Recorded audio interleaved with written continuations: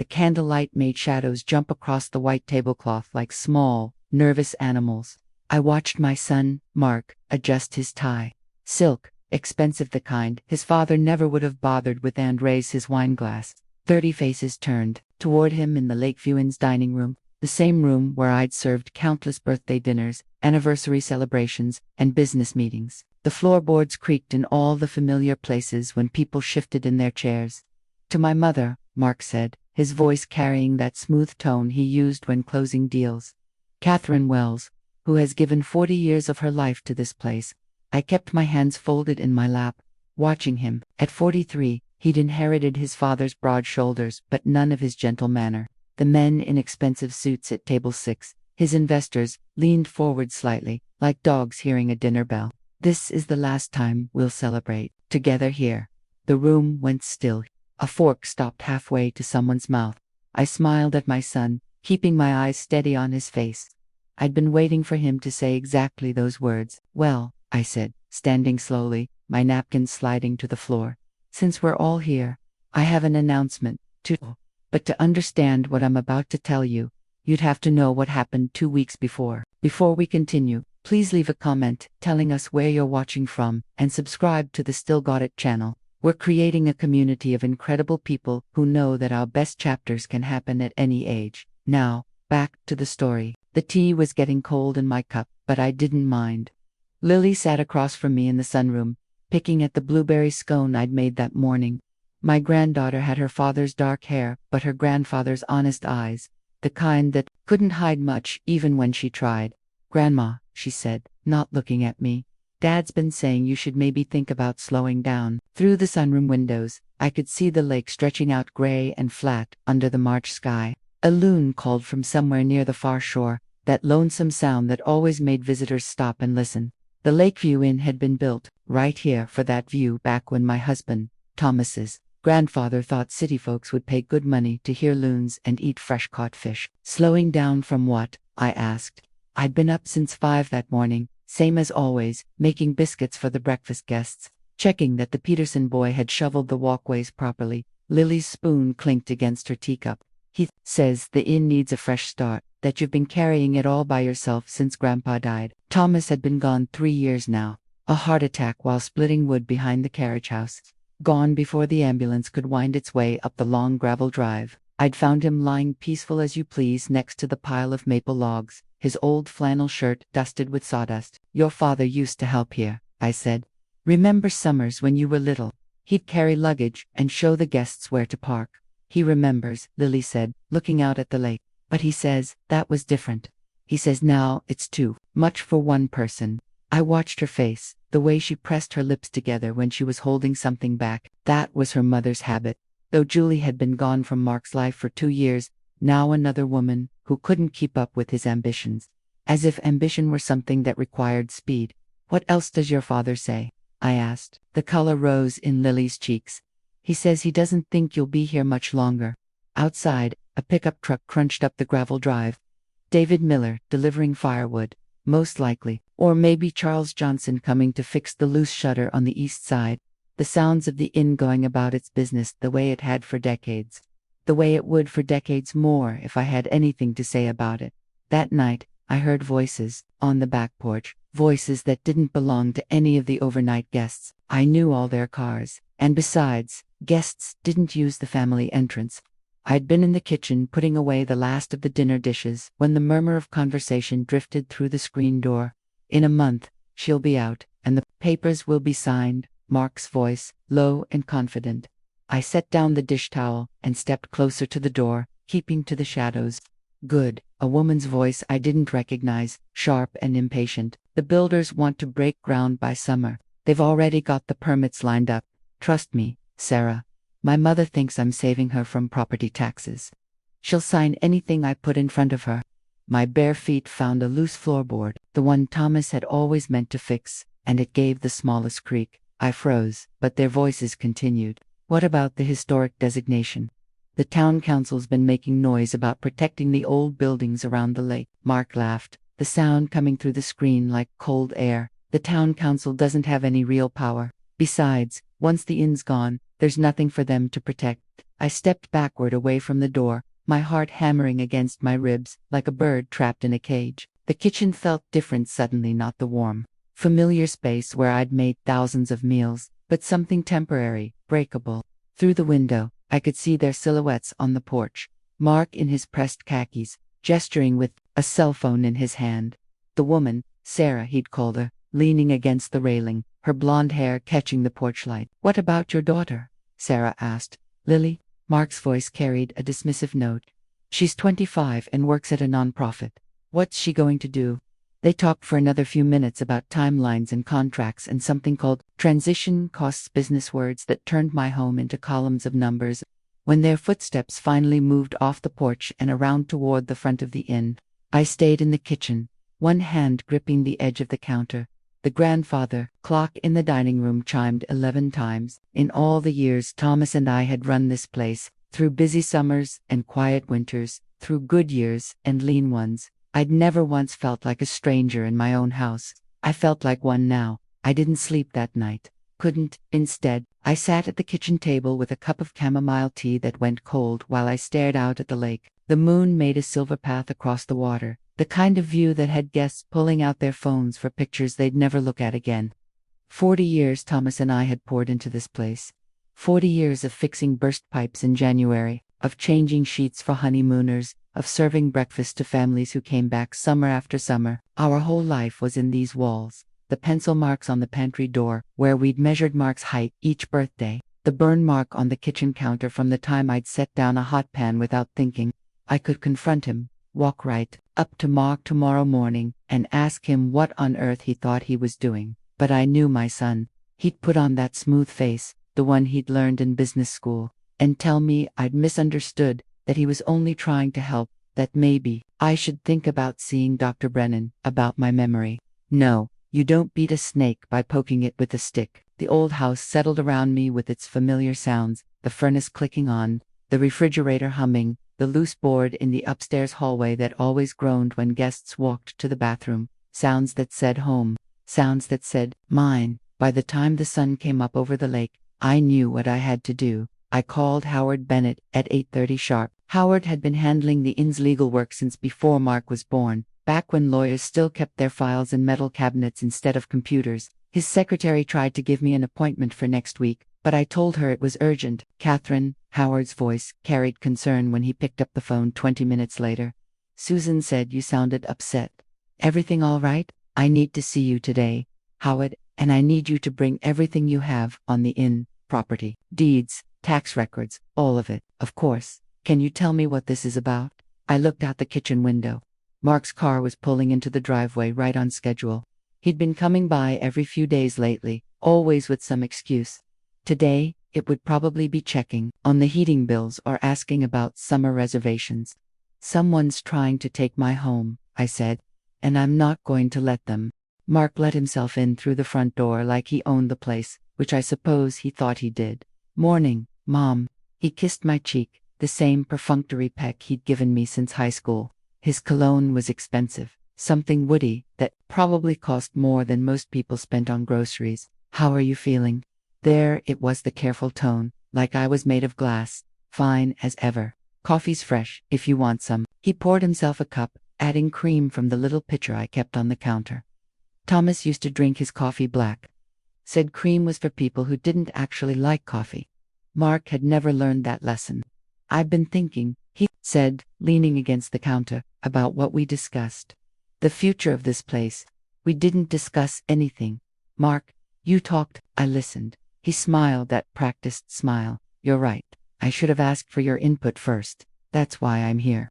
I watched him over the rim of my cup. He had his father's height but none of his stillness.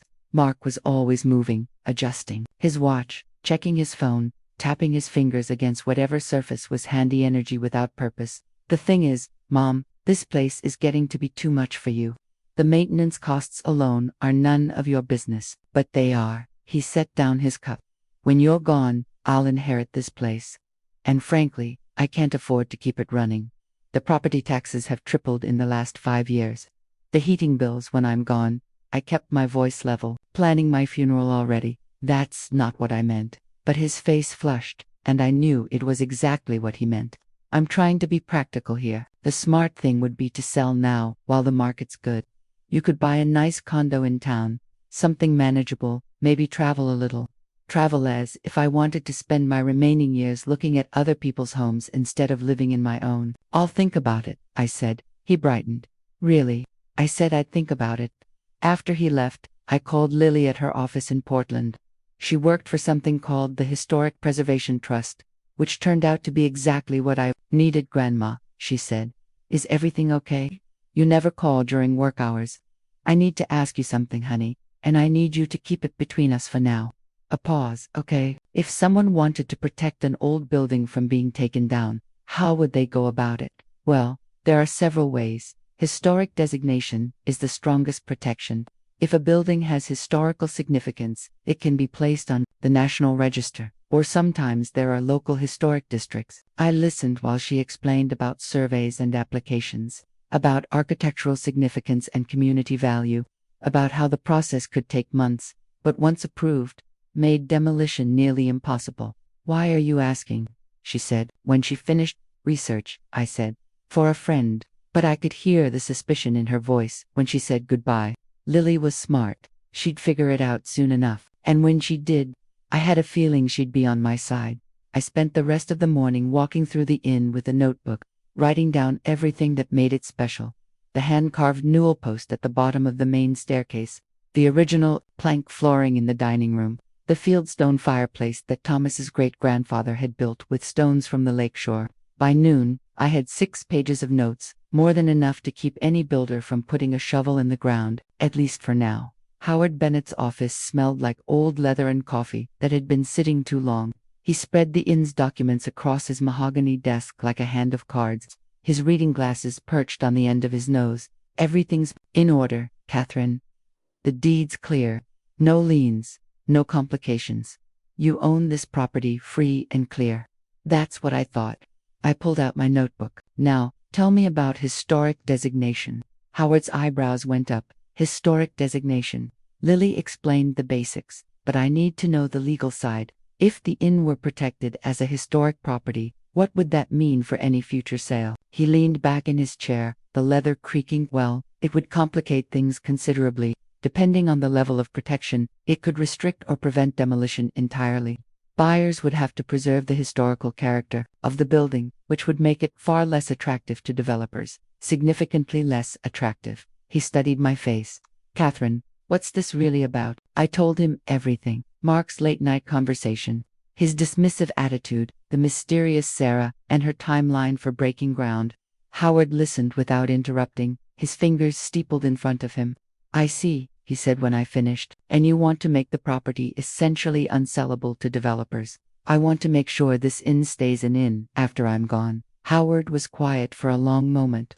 There are other options we should consider. A conservation trust, for instance. You could transfer ownership to a trust that would preserve the property's character in perpetuity. What kind of trust? An irrevocable heritage trust. You'd maintain lifetime residence rights, but the property could never be developed or substantially altered.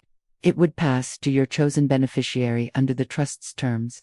I thought about Lily, about the way her eyes lit up when she talked about preserving old buildings, about how she'd spent summers here as a child helping me set tables and arrange flowers for the dining room. The beneficiary wouldn't have to be my son. Not at all. The trust creator that's you designates the beneficiary. How long would this take to set up?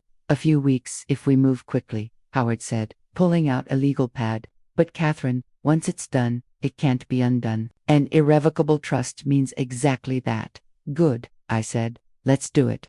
That afternoon, I drove to the town hall to file the historic designation application. The clerk, a young woman named Jessica who'd been in my Sunday school class years ago, smiled when she saw me. Mrs. Wells, what brings you here? I want to apply for historic protection for the Lakeview Inn. Oh, what a wonderful idea. That place is such a landmark. My grandmother used to take me there for birthday dinners when I was little. She handed me a stack of forms that looked thick enough to choke a horse. Fair warning, the process can take several months. The Historic Commission has to review everything. Sometimes they require additional documentation. That's fine, I said. I wasn't in a hurry, but I was thinking about Mark's timeline. 1 month, he'd said. Papers signed by summer. We'd see about that. That evening, Lily called. Grandma, I've been thinking about our conversation today, about your friend who needs historic protection. Her voice carried that knowing tone she'd inherited from her grandfather. This friend wouldn't happen to live at a certain lakeside inn, would she? I sighed. You always were too smart for your own good. Dad's been pushing you to sell, hasn't he? Your father thinks he knows what's best for everyone, and you don't agree. I think, I said carefully, that people should get to decide their own futures. There was a pause. What can I do to help? I need you to be my eyes and ears, I told Lily. Your father doesn't watch what he says around you. He never has. I could hear the hurt in her voice. To him, I'm just the kid who couldn't make it in the real world. That stung. Mark had always been dismissive of Lily's work, calling it playing with old buildings when she'd told him about her job, as if preserving history was somehow less important than whatever deal he was chasing that week. Your work is going to save this place, I said, and I need to know everything he's planning. Over the next few days, Lily fed me information like a spy passing secrets. Mark had been meeting with investors at the marina in town, showing them photographs of the inn, and talking about development potential. He'd told them the sale was practically guaranteed, that it was just a matter of waiting for the right moment. He's got them believing you're some confused older woman who can't manage her own affairs, Lily reported after overhearing one of these conversations. One of them actually asked if you'd been declared unfit yet. My hand tightened on the phone. Is that what your father told them? Not in so many words, but he didn't correct them either. I thought about Mark as a boy, how he'd sit at the kitchen table doing homework while I cooked dinner for the guests, how proud he'd been the day he graduated college, the first in Thomas's family to get a degree. When had he learned to think of people as obstacles instead of people? There's something else, Lily said. He's been asking me about your daily routine, what time you get up, when you go to bed, whether you've been forgetting things, building a case. That's what it sounds like. She paused. Grandma, what if he tries to have you declared unfit? Could he do that? I thought about Howard's reassurances, about the trust documents sitting in his safe, about the historic designation application slowly working its way through the town bureaucracy. He can try, I said, but he's in for a surprise. The next morning, Mark called with news that made my blood run cold. Mom, I've been talking to some people, and I think we should have you evaluated by a specialist. Dr. Morrison, at the medical center, does cognitive assessments. I don't need a cognitive assessment, just to be safe, you know, establish a baseline for insurance purposes. Insurance purposes. The way he said it, so smooth and reasonable, made me want to throw the phone across the room. I'm 73 years old, Mark, not 93. My mind is fine. Of course it is, but wouldn't it be good to have that documented in case you ever need care, or if there are legal questions down the road? Legal questions, there it was. I'll think about it, I said, the same words I'd been giving him for weeks. But this time, I had a plan. I called Dr. Brennan that afternoon. George Brennan had been my physician for 20 years, had seen me through Thomas's death and my own minor health scares. If anyone could vouch for my mental state, it was him.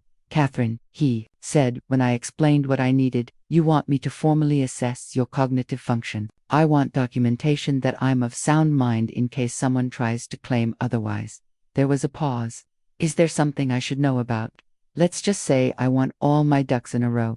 The appointment was scheduled for the following week. In the meantime, I had one more call to make. Howard, I said when he picked up, I want to add something to my will. If anyone ever challenges my mental competency, I want it on record that I was evaluated by my physician and found to be completely sound, covering all the bases, he said approvingly. Smart thinking. Smart thinking. Yes, it was. Mark had taught me that, actually, back when he was young and still believed in doing the right thing, he'd shown me how important it was to plan ahead, to think through all the possibilities. I just don't think he expected me to use those lessons against him. The cognitive assessment with Dr. Brennan went exactly as I'd hoped. 26 out of 30 on the mental status exam, perfect recall on recent events, and a blood pressure reading that would make a woman half my age jealous. Katherine, you're sharper than most people I see, Dr. Brennan said, signing the evaluation form. Whoever suggested you needed this assessment clearly doesn't know you very well. My son is concerned about my ability to manage my affairs. Dr. Brennan's pen stopped moving. He'd known Mark since he was a boy. had treated him for everything from strep throat to a broken arm from falling out of the old oak tree by the lake. I see, he said carefully. Well, you can tell your son that, in my professional opinion, you're fully competent to make your own decisions. I'll file this with your medical records, and I'll give you a copy for your files. I tucked the letter into my purse, next to Howard's business card and the historic designation receipt. My armor was getting heavier, but I felt lighter somehow. That afternoon, Mark called with news that made him sound positively giddy. Mom, great news. I found a buyer who's willing to close quickly. Cash offer, no inspection needed, and they're offering 20% over market value. 20% over market value. The greed in his voice was so thick I could practically taste it through the phone. That's very generous of them. It is. The thing is, they want to move fast. Like, next week fast. I told them that might be tight, but he paused, probably calculating commission rates in his head. I think we should seriously consider it. Next week. I know it sounds rushed, but Mom, this is the kind of offer you don't see every day. These builders, they've got projects lined up all around the lake. They're willing to pay premium prices to get the properties they want. Builders, he'd finally said it out loud. What kind of building? Luxury condos, high-end vacation rentals, the kind of thing that would really boost the local economy. The local economy. As if tearing down a 100-year-old inn and putting up condos was some kind of community service. I'll need to think about it, Mark. Of course, but don't think too long. They made it clear this offer has an expiration date. After he hung up, I sat in the kitchen staring out at the lake. A pair of loons floated near the dock, their black and white patterns stark against the dark water. They'd been coming to this lake for longer than the inn had existed, longer than the first settlers had arrived. They knew this place belonged to them. So did I. I called Lily at work. They're moving faster, I told her. Next week, your father says. Next week. Her voice went up an octave. But the trust isn't finalized yet. The historic designation is still pending. I know. I watched the loons dive and surface, which means we need to move faster. Pofta, what do you need me to do? I need you to find out exactly who these investors are. Names, company information, everything you can dig up, and I need you to do it today. Consider it done. That evening, Mark stopped by with a bottle of wine and a folder full of papers. I thought we could celebrate, he said, pulling out a chair at the kitchen table, and maybe go over some of the paperwork, just so you know what to expect. The wine was expensive, something French with a label I couldn't pronounce. The papers were purchase agreements, disclosure forms, title transfer, documents, everything needed to sell the inn, except my signature. You've been busy, I said, flipping through the stack. I wanted to be ready. You know how these deals can fall through, if you don't move quickly. I poured myself a small glass of wine and pretended to study the contract terms.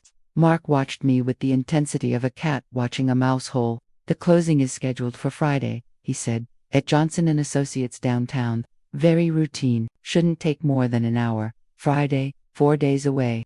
That does seem fast. Like I said, they're motivated buyers. He leaned forward. Mom, this is our chance to set you up for the rest of your life. You could buy a nice place in town, maybe that new senior community they're building near the medical center. You'd have neighbors, activities, people to look after you, people to look after me. As if I were a houseplant that needed watering. It sounds wonderful, I said. And for the first time since this whole mess started, I meant it. It did sound wonderful for him. Lily called the next morning while I was making breakfast for the 3 guests staying in the upstairs rooms, the Hendersons from Boston, here for their 40th anniversary, and Mrs. Blake, a widow who came every spring to paint watercolors of the lake. I found them, Lily said, her voice tight with anger. Clearwater Development Group. They're the ones who took down the old Miller farmhouse last year to build those ugly townhouses. I flipped a pancake and watched it land perfectly golden. What else? They specialize in lakefront acquisitions, which is a fancy way of saying they buy old properties and flatten them. The company's registered to a James Kirkland. And this is the interesting part. Sarah Kirkland, Sarah, the woman from the porch that night, his wife, business partner, according to the state records. And get this, they've got 3 other properties under contract around the lake, all old places, all being sold by family members who claim the maintenance is too much. I slid the pancakes onto a plate and added 2 strips of bacon. Mrs. Blake liked her breakfast light, but the Hendersons were hearty eaters. any connection to your father. Working on it. But Grandma, there's something else. I called the town planning office yesterday, asking about building permits around the lake. The clerk let slip that Clearwater has been working with someone local, someone who's been identifying properties for them. Someone local. My stomach tightened. I think we both know who that someone is, I said. After breakfast, I drove into town to see Howard. His secretary ushered me into his office immediately, which told me he'd sensed the urgency in my voice when I called. The trust documents are ready, he said, pulling a folder from his desk drawer. I've reviewed everything 3 times. Once you sign these, the inn becomes the property of the Katherine Wells Heritage Trust, with you as lifetime beneficiary and Lily as successor trustee. No one can sell it, develop it, or substantially alter it without violating the trust terms, and if someone tries, they'd face federal charges. Heritage trusts are protected under federal law. I picked up the pen. What if I've already signed something else? Hypothetically, Howard's eyebrows drew together. What kind of something else? A purchase agreement, a sale contract. Katherine, you can't sell property you don't own. Once this trust is executed, you don't own the inn anymore. The trust does.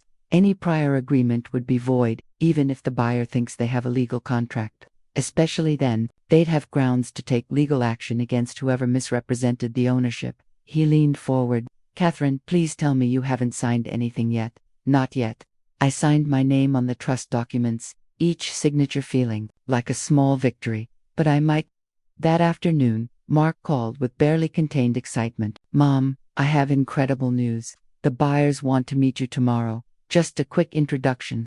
Sign the papers and we can close on Friday as planned. They want to meet me. It's a courtesy thing. Big sale like this. They like to shake hands with the seller. Very professional people. Professional people who took down historic farmhouses and built ugly townhouses. Where? I thought we could meet at the inn. Let them see what they're buying. Maybe around 2 o'clock.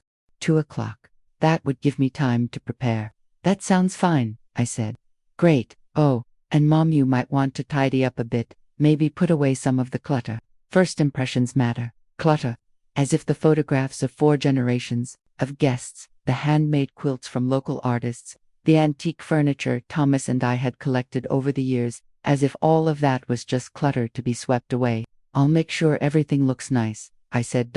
After he hung up, I called Lily. Tomorrow at 2. I told her. Can you be here? Wouldn't miss it. She paused. Grandma, are you sure about this? Once you confront them, there's no going back. I looked around the kitchen at the copper pots hanging from their hooks, at the recipe box full of cards written in my mother's careful handwriting, at the window that looked out over the lake where Thomas had proposed 47 years ago. Honey, I said, there was no going back the minute I heard your father planning to take my home. That night, I made a list not of what I wanted to say, but of what I wanted them to understand, the difference between a house and a home, between property and heritage, between what something costs and what it's worth. By the time I went to bed, I knew exactly how this was going to go. They arrived in a black BMW that crunched up the gravel drive like it owned the place. Mark got out first, straightening his tie, followed by a blonde woman in a sharp business suit and a tall man with silver hair who moved like he was used to people getting out of his way. Mom, Mark said, his voice slick with false cheer.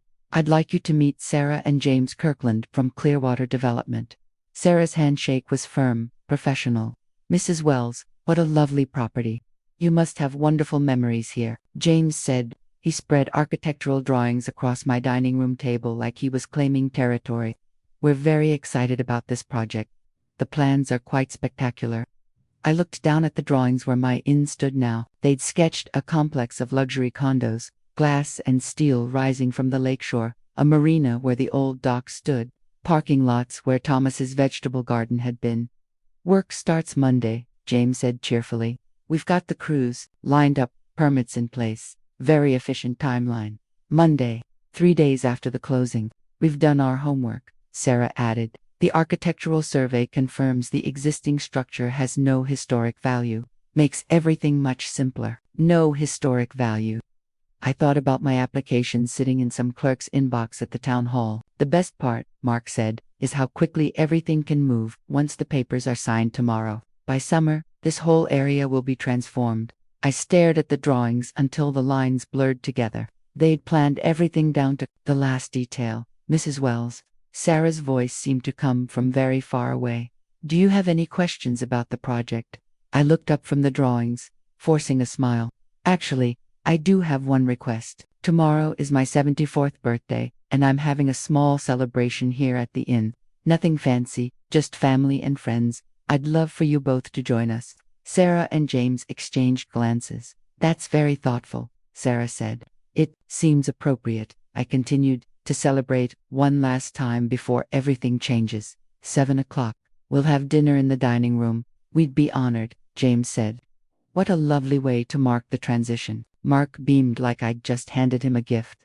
Mom, that's a wonderful idea. A real celebration. After they left, I sat alone at the dining room table, staring at the drawings they'd forgotten to take. Tomorrow night, they'd understand exactly what kind of celebration this was going to be. The phone rang. Mark, probably wanting to confirm details. I didn't answer. Friday morning came with the kind of crisp spring air that made the lake sparkle like scattered diamonds. I was up before dawn, same as always, but today felt different. Today felt like the first day of something instead of the last. I called the caterer in town, Jenny Miller, whose mother used to clean rooms at the inn back when Jenny was in high school. Mrs. Wells, happy birthday. Everything's ready for tonight. Prime rib, roasted vegetables, and that chocolate cake you requested. The cake had been Thomas's favorite. Seemed fitting. Mark called at 8:30. Mom, I just wanted to confirm everything's set for tonight. The Kirklands are really looking forward to it. I'm sure they are. And tomorrow morning, we'll meet at Johnson & Associates at 10 sharp. I've got all the paperwork ready. Shouldn't take more than an hour to finalize everything. About that, Mark, I know it's a big step, but Mom, this is really the best thing for everyone involved. Best thing for everyone. I watched Mrs. Blake pack her easel into her car, heading home to Boston with 3 new watercolors of the lake. She'd been coming here for 15 years. Always the same room, always the same view from her window. I'll see you tonight, I told Mark. By 5 o'clock, the dining room was transformed. White tablecloths, the good china that only came out for special occasions, candles in the silver holders that had belonged to Thomas's grandmother. Jenny had outdone herself. The prime rib smelled like heaven, and the chocolate cake set on the sideboard like a crown jewel. Lily arrived early, looking nervous but determined. How are you feeling, Grandma? Like a woman about to have the best birthday of her life. She hugged me tight. I still can't believe they're actually coming. Tonight, honey, I said, the mouse always comes to the cheese. Guests began arriving at 7. The Hendersons, who decided to extend their stay another night. Dr. Brennan and his wife, Howard Bennett, with a wrapped gift under his arm. Old friends from church, neighbors from around the lake. People who'd known me and Thomas for decades. And at 7:15, right on time, Mark walked in with Sarah and James Kirkland. Happy birthday, Mom. Mark kissed my cheek and handed me a bouquet of roses. To many more. Sarah offered a wrapped jewelry box, just a little something to commemorate the day. I set both gifts aside without opening them. There would be time for gifts later. By 7:30, all 30 guests were seated, the room humming with conversation and the clink of silverware against china. Mark kept checking his watch, probably calculating how many hours until he could get my signature on those papers. The irony was delicious. At 8 o'clock, I stood and tapped my spoon against my water glass. The room quieted, faces turning toward me with expectant smiles. Thank you all for being here tonight, I began. Birthdays at my age are about more than just marking another year. They're about celebrating what matters most. Murmurs of agreement, a few here's from the back of the room. Mark raised his wine glass. Before you continue, Mom, I'd like to say something. I nodded graciously. Of course, dear. He stood, that practiced smile spreading across his face, to my mother, Katherine Wells, who has given 40 years of her life to this place. The room was silent, waiting. This is the last time we'll celebrate together here. Conversation stopped mid-sentence. Someone set down their wine glass with a soft clink. I smiled at my son, keeping my eyes steady on his face. I'd been waiting for him to say exactly those words. Well, I said, standing slowly, my napkin sliding to the floor. Since we're all here, I have an announcement, too. Mark's smile faltered slightly. Across the table, Sarah and James leaned forward with polite interest. You're absolutely right, Mark. This is the last time we'll celebrate together, but not for the reason you think. I reached into my purse and pulled out a manila envelope. 2 weeks ago, I discovered something interesting. My son has been working as a property scout for Clearwater Development, identifying old homes around the lake for demolition. Sarah's wineglass froze at her lips. James's fork clattered against his plate. He's been telling people, including his investors here tonight, that I am a confused older woman who can't manage my own affairs, that I'd sign anything he put in front of me. Mark's face had gone white. Mom, what are you? Quiet, dear. I'm not finished. I opened the envelope and pulled out the first document. This is a cognitive assessment from Dr. Brennan, completed 3 days ago. Perfect score. Fully competent to make my own decisions. Dr. Brennan raised his coffee cup in a small salute. Several guests chuckled. This, I continued, pulling out the second document, is the deed to the Lakeview Inn, transferred into the Katherine Wells Heritage Trust, irrevocable, protected under federal law. The inn can never be sold, developed, or substantially altered. James half rose from his chair. What are you saying? I'm saying your work crews can go home, Mr. Kirkland. There's nothing for them to take down. The room erupted in murmurs. Mark's mouth opened and closed like a fish gasping for air. And this, I said, pulling out the third paper, is my updated will. Everything I own, including my rights in the Heritage Trust, passes to my granddaughter, Lily, who works for the Maine Historic Preservation Trust and understands the value of protecting our heritage. Lily's eyes filled with tears. She started to stand, but I held up my hand. I'm still not finished.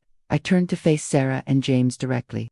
You see, I know about the Miller farmhouse you had taken down.